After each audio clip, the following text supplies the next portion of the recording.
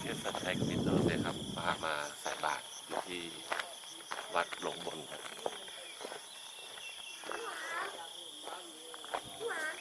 ทำไมอ่ะเป็นอะไรไอ้ได้รู้ว่าตุ้มอันนั้นก็ดีฐานไม่ดูไอ้ยันไอ้ตุ้มเลยรู้ว่าเตาว่าไม่ตีนะตุ้มได้ว่ามันอยู่จักตุ้มมัน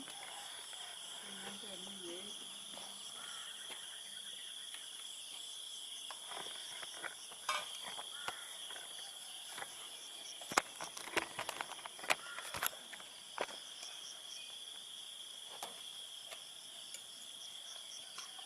แล้วเป็นลูกเสือมือเดียวเลยฮะก็ใช้ไอ้ตีไอ้แบบกันก็ปฏิบัติอภิวาทนาเสเดชะเนจังวุฒาปัจจายโนจัตตาโลธรรมาวาทันติอายุวันโนสุขังพระลังนี่แล้วนี่ใครไปส่งไปกับนู้นหน้าบ้านมันตรงไหนจึงกับมันไงคนนู้นขึ้นหมอจ้ามขึ้นโรงเรียนสัญญาจ้ามกุ้นและพี่น้อง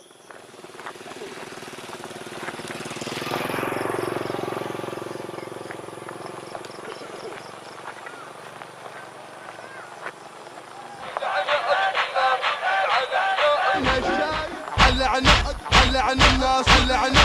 ساي ساي ساي ساي ساي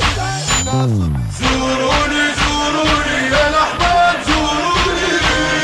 تلقوني تلقوني على الباب تلقوني زوروني زوروني يا الأحباب زوروني تلقوني تلقوني على الباب تلقوني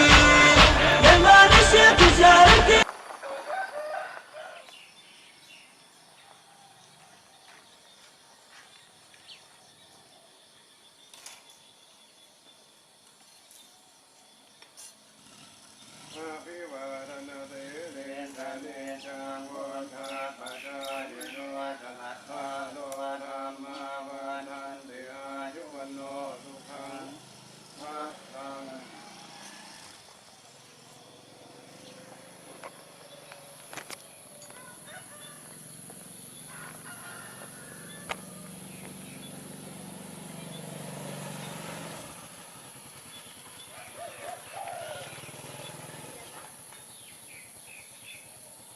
نحن نسأل المرجعية: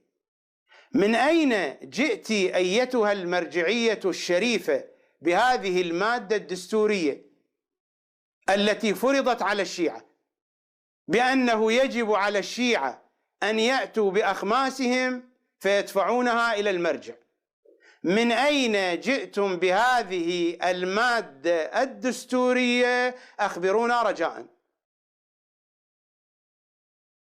ربما الكثير من طلبة الحوزة لا يعلمون بأنه لا توجد رواية أصلاً بهذا المضمون. القرآن قطعاً خال، الناس تقرأ القرآن ولا توجد آية قرآنية تقول بإرجاع الأخماس إلى المراجع، لكن الروايات التي لا علم للناس بها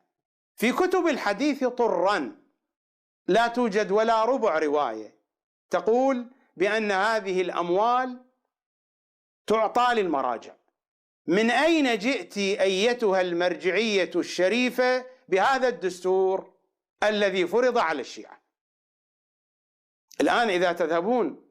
إلى بيت السيد السيستاني مثلا، وهذا عند بقية المراجع، لكن الحديث عن بيت السيد السيستاني باعتباره المرجع الأعلى، هناك قسم في بيته يسميه النجفيون هذا مكتب البوس، وقسم آخر أيضا يسميه النجفيون هذا مكتب الفلوس.